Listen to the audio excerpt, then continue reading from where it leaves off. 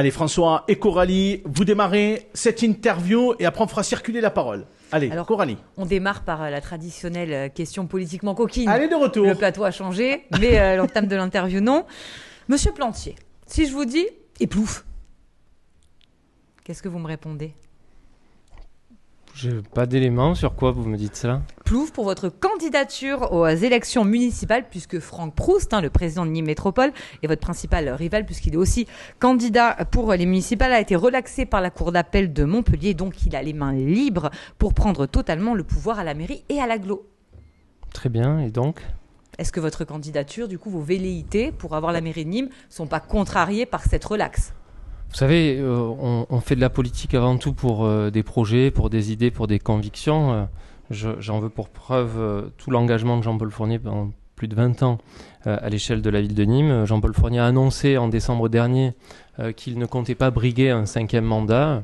Je crois qu'il a annoncé cela 2 ans avant un scrutin municipal important pour l'avenir de ce territoire, et je pense que cette annonce, elle n'est pas innocente. Elle se fait parce qu'il a toujours eu à cœur d'expliquer et d'être transparent et de dire la vérité aux Nîmoises et aux Nîmois, et surtout il l'a annoncé aussi 2 ans avant l'élection municipale pour que ses équipes puissent se préparer, et donc à ce moment-là bien évidemment qu'il y a un certain nombre de velléités, un certain nombre de candidatures, c'est tout à fait normal.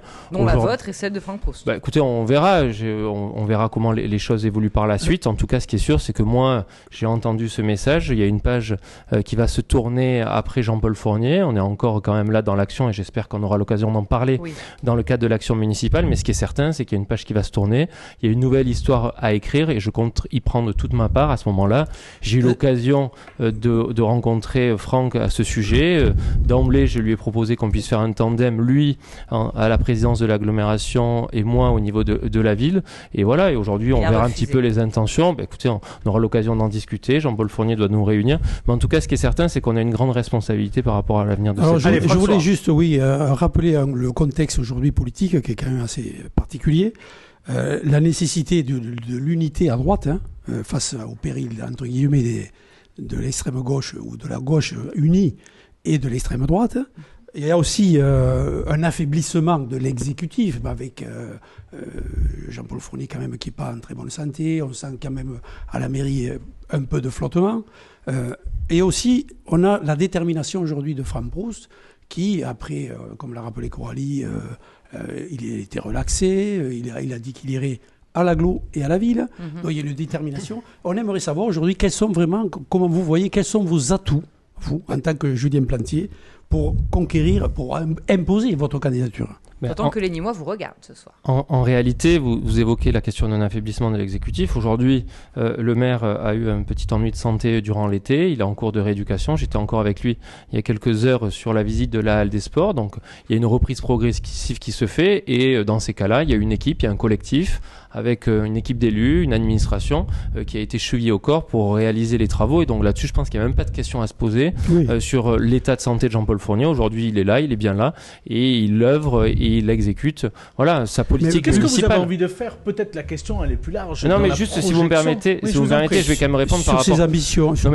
Moi, j'entends qu'il y a une rivalité, une dualité entre Franck et moi. Moi, aujourd'hui, je le dis, et je l'ai déjà dit et je le redis. Moi, je pense que on arrivera à garder cette ville pour éviter qu'elle tombe dans les mains des extrêmes. Et vous avez raison de rappeler à la fois l'extrême gauche ou l'extrême droite à partir du moment où on incarne un collectif et qu'il y a une notion de rassemblement. Donc le prérequis de nos potentielles victoires sera qu'on arrive unis à ce scrutin-là. Aujourd'hui, Franck a de grandes qualités. Il est père, il est grand-père, il est impliqué en politique depuis des dizaines d'années. Il est rentré en mairie en 1989. Moi, à cette période-là, j'avais 3 ans. Je rentrais à l'école maternelle pour vous dire que c'est quelqu'un d'expérience. Et aujourd'hui, donc la jeunesse est juste, tout. Monsieur Martin, ça vous dérange pas, je vais juste finir. Je crois qu'aujourd'hui, il y a une expérience qui est à revendiquer. Il fait du très bon boulot à l'agglomération, et c'est d'ailleurs pour cette raison que je compte sur lui pour qu'il assure la présidence de l'agglomération. Par contre, je crois qu'aujourd'hui, on arrive aussi à une fin d'une époque politique. On l'a vu aux dernières élections. Certains disent une fin de règne même. Aux dernières élections par rapport à cela, et qu'aujourd'hui, je pense qu'il y a une nouvelle histoire à écrire et que demain, ce que les Nîmoises et les Nîmois attendent, c'est une vision d'avenir par rapport à cela. Et moi, ce que je propose, et c'est d'ailleurs pour cette raison que je considère que si d'aventure demain je devais être candidat à l'élection municipale, c'est que je compte m'inscrire dans une vision à long terme du territoire sur les 20 prochaines années. Moi, ça fait 20 ans que je suis impliqué en politique, ça fait 15 ans que je suis aux côtés de Jean-Paul Fournier, ça fait 4 ans que je suis son premier adjoint. Donc aujourd'hui, je crois qu'il y a à la fois une certaine fidélité, une loyauté à l'égard de Jean-Paul Fournier. Et d'ailleurs, si vous me permettez, quand même, je tiens quand même à rappeler ce qu'a annoncé Jean-Paul Fournier ces derniers mois, c'est 1, je ne me présente pas un 5e mandat, et 2, pour qu'on puisse garder cette ville, il faut qu'ils se mettent d'accord, l'un à la ville, l'autre à l'agglomération. Donc moi, à partir de là, je considère que pour incarner un avenir dans cette ville, il faut qu'on parte en équipe. Est-ce que vous serez candidat? Il faut qu'on avance. Je suis désolé parce que c'est une aventure. En fait, monsieur Samari, je suis désolé. Non, mais je suis désolé. On a d'autres sujets à aborder. Mais j'espère bien, parce que moi, je n'étais pas venu pour parler de ça. Il y a beaucoup d'actualités à faire au sein de la ville. Moi, aujourd'hui, la question de ma candidature n'est pas à aborder. Je vous l'ai dit, on compte se réunir à la demande de Jean-Paul Fournier pour aborder cela. Si d'aventure j'étais candidat, à ce moment-là, je l'annoncerai. Aujourd'hui, je n'en suis pas là. Aujourd'hui, il y a une volonté. Il reste encore 18 mois au pouvoir, c'est très long, tout à fait. À la ville de Nîmes. Quelles sont vos priorités dans cette fin de mandat? Quels sont les projets que vous souhaitez mener jusqu'à leur terme? Notre objectif, et je parle d'un point de vue collectif, c'est de mener à bien les projets pour lesquels on a été élu. Je pense notamment au Palais des Congrès, qui va sortir de terre et qui sera inauguré dans un an précisément. Vous avez officialisé d'ailleurs déjà les tarifs. Oui, il y a tout un travail qui est fait de préfiguration en amont. Il y a l'ouverture de la halle des sports dans les prochaines semaines. Il y a la réalisation du parc Jacques Chirac. Et je crois que voilà, ce que les gens attendent, c'est avant tout une action. Bien évidemment que moi, je fais le choix de la transparence et de la vérité. Je n'élude pas la question. Bien évidemment qu'à un certain moment, je prendrai mes responsabilités. Oui. Et pour prendre mes responsabilités, à ce moment-là, bien évidemment, il y a tout un travail en amont qu'il se fera. Aujourd'hui, dire qu'il y a une rivalité entre Franck et moi-même par rapport à cette question est une rivalité, c'est une concurrence, mais votre réponse, finalement, elle est très intéressante. Parce que je pense qu'aujourd'hui, c'est la première fois, en tout cas sur le plateau d'Objectif Gare, que vous expliquez, voilà, moi, on va se poser en 2 minutes. Voilà moi, comment je vois les choses. Plutôt à la mairie, Franck Proust plutôt à l'agglo, que je veux m'investir, j'ai encore de belles années devant moi, très longtemps dans le territoire. Il a défini aussi, excusez-moi Coralie, vas-y. Il a défini aussi quelques atouts, parce que là j'ai bien compris, la jeunesse, vous parlez d'avenir, c'est quand même... Et la loyauté, la fidélité vis-à-vis de Jean-Paul Fournier. Ça fait quand même 3 points. Oui, on va parler de Pissevent, on va parler du commissariat, mais il ne faut pas à chaque fois, et souvent les responsables politiques, vous avez tendance à faire ça, comme si les journalistes avaient un problème, que toujours on voit vos ambitions, mais on est aussi le reflet de ce qui se passe. Bien sûr, mais en fait... Et des interrogations déjà. Tout à fait. Moi, honnêtement, je considère aujourd'hui, avec le peu d'expérience que j'ai, même si ça fait quand même quelques années que je suis impliqué, c'est que la politique, il faut aussi qu'elle évolue. Il faut faire aujourd'hui le choix de la clarté, le choix de la transparence. Ça, c'est intéressant sur le partage. Alors, il avait été un peu fait en 2014 de fait parce que, voilà, là, une vraie rivalité. Là, c'est plutôt une concurrence. Mais ce qu'on peut vous dire sur ce partage de pouvoir, c'est que des fois, entre la ville et l'agglo, ça peut être compliqué de s'entendre, même quand on fait partie de la même famille politique. Oui, mais ça fonctionne. Voilà, aujourd'hui, il faut faire preuve de réalisme. Voilà, il y a un principe de réalité qui se fait. Moi, si demain d'aventure, j'étais candidat, je le ferais non pas contre une personne, je le ferais pas dans un esprit de vengeance, je le ferais pour mettre en place une vision, un projet de territoire, et surtout pour incarner Nîmes dans les 20 prochaines années. C'est ça qui est important. Coralie, s'il vous plaît, on avance parce que du coup, l'interview, elle est un peu plus rapide que l'année dernière. On va juste terminer là-dessus. Et du coup, je fais la transition. On va donner la parole à Sabine. Et ensuite, on va parler de la SPL. Et on va parler notamment de Pissevent et de l'ANRU. Est-ce qu'on peut dire, pour clôturer ce sujet ou cette séquence d'interview, que vous serez de toute façon candidat coûte que coûte? C'est pas la question. Je l'ai dit, je ne le fais pas dans une démarche personnelle. Si les conditions sont réunies pour que ma candidature ait un sens, je le ferai. Je le ferai à ce moment-là. Bien évidemment, je prendrai mes responsabilités. Soyez-en assurés. Bon, alors moi, je veux parler du votre question, mais vous parlez du sujet que vous souhaitez. D'ailleurs, on ne sait pas de quoi vous allez parler à Julien Plantier. Moi, j'habite quartier Gambetta et ça fait presque 20 ans que j'y habite. Vous, ça fait 15 ans que vous êtes à la ville. Moi, j'attends de savoir, là, tout de suite, qu'est-ce que vous avez décidé de faire pour le logement social dans ce quartier?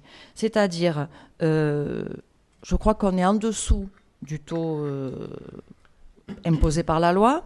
Je crois qu'un jour, M. Fournier avait dit qu'il ne voulait plus de logements sociaux en centre-ville. Ben, il a tenu parole parce qu'il n'y a plus de logements sociaux. Moi, j'appelle ça de l'habitat indigne. Quand on regarde, je crois que le dernier, c'était rue d'Émian. Tout le reste, c'est de l'habitat indigne. Moi, je me dis, une municipalité qui est en charge depuis 20 ans, vous depuis 15, Qu'est-ce que vous avez décidé de faire ? Il reste peu de temps, puisque peut-être que vous n'allez plus être aux affaires après, pour pouvoir régler ce problème de marchand de sommeil, petit propriétaire, gros propriétaire, peu m'importe. Marchand de sommeil, habitat indigne et logement social dans mon quartier et dans le centre-ville. Allez Sabine, on donne la parole à Julien Plantier, il vous répond. Non, mais c'est très intéressant d'aborder ce sujet pour vous montrer à quel point l'action municipale, elle se fait sur le temps long.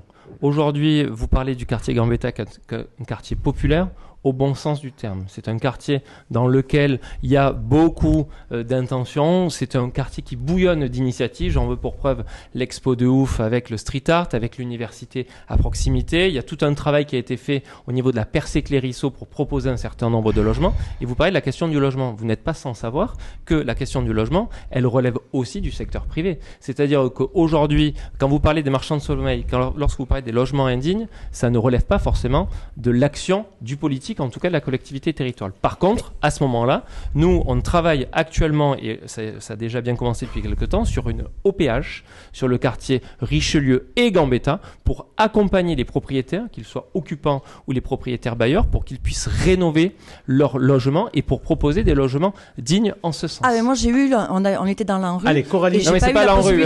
Ah ben oui, non mais moi j'ai pas eu la possibilité, j'étais trop riche. Merci Sabine pour votre interrogation. Merci. Coralie, je vous propose qu'on parle de Pissevin et puis François pourra parler peut-être du Nîmes olympique. Oui, tout à fait. Allez, Coralie, c'est à vous. Alors on va revenir sur la situation. Alors, quand on parlait de quartiers populaires, il y a aussi le quartier de Pissevin, il y a aussi les quartiers périphériques qui ont de gros problèmes avec la sécurité.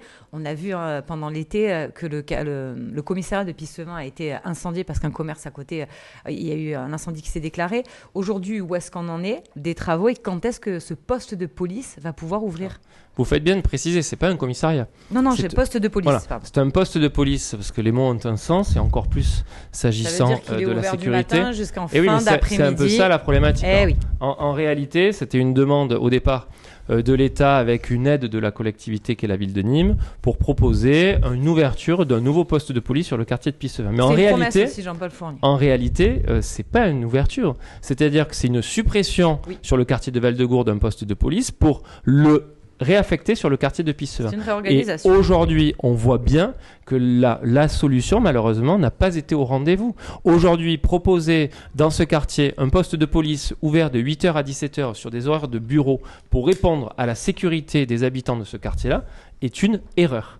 Aujourd'hui, on le voit. Malheureusement, 24 heures après son ouverture, il a subi un vandalisme qu'on a connu tous. Ça veut dire quoi, Julien Plantier ? Ça veut dire que vous n'êtes plus favorable Non, c'est pas ça. On maintient ce poste de police à Pissevin ? Aujourd'hui, on a un problème d'autorité dans l'État. On a un problème d'autorité et le préalable de l'autorité, c'est la notion de sécurité. Si on n'est pas en capacité de proposer une sécurité vis-à-vis de l'ensemble de ses habitants, on voit très bien qu'aujourd'hui, c'est un trafic de drogue qui gangrène au sein de ce quartier. Et ce qu'il faut, c'est l'ouverture d'un vrai commissariat sur le quartier de Pissevin. Qu'est-ce que vous dites si